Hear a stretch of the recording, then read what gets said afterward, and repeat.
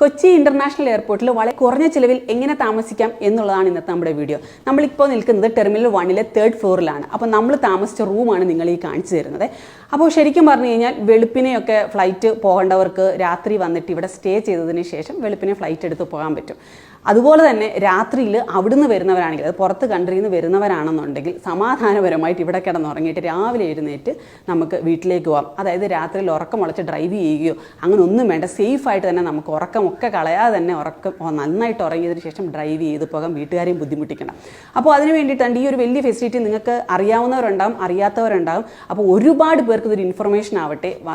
എയർപോർട്ടിനുള്ളിൽ നമുക്ക് താമസിക്കാൻ പറ്റും, അതും വളരെ കുറഞ്ഞ ചിലവിൽ തന്നെ താമസിക്കാം. അതിന് റേറ്റ് ആവുന്നത് 2600 രൂപയാണ്. ഒരു ഫാമിലിക്ക് ഫുള്ള് താമസിക്കാൻ പറ്റും. 2600 രൂപ മാത്രമേ ഉള്ളൂ.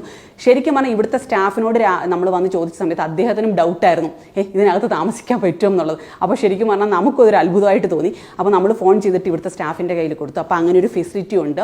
നിങ്ങൾ കൊച്ചിയിൽ ഇന്റർനാഷണൽ എയർപോർട്ടിൽ വന്നു കഴിഞ്ഞാൽ നിങ്ങൾക്ക് ഇവിടെ സ്റ്റേ ചെയ്യാം. അതും വളരെ കുറഞ്ഞ റേറ്റ്, അത് 2600 രൂപയ്ക്ക് തന്നെ നിങ്ങൾക്ക് ഇവിടെ സ്റ്റേ ചെയ്യാൻ പറ്റും. അപ്പോൾ ട്രാവൽ ചെയ്യുന്നവർക്ക്, ഫ്ലൈറ്റ് യാത്ര ജീവിതത്തിൽ ചെയ്തിട്ടുള്ളവരും അല്ലെങ്കിൽ ചെയ്യാൻ ആഗ്രഹിക്കുന്നവർക്കെല്ലാം ഇതൊരു പബ്ലിക് ഇൻഫർമേഷനാണ്. മാക്സിമം ഇത് ഷെയർ ചെയ്ത് എല്ലാവരിലും എത്തിക്കുക. കാരണം പുറത്തൊരു ഹോട്ടൽ തിരക്കി നടക്കേണ്ട. രാത്രി വരുന്നവർക്ക് ഏറ്റവും വലിയ പ്രശ്നം പുറത്തെ ഹോട്ടൽ, വാഷ്റൂം, ഇതെല്ലാം പ്രശ്നമാണ്. നീറ്റായിട്ടുള്ള വാഷ്റൂം ഒക്കെ എല്ലാവർക്കും ഒരു പ്രശ്നമാണ്. അപ്പോൾ അതെല്ലാം നല്ല രീതിയിൽ നിങ്ങൾ ഈ കാണുന്ന ഫെസിലിറ്റി മുഴുവൻ ഈ 2600 രൂപയ്ക്ക് കിട്ടുന്നതാണ്.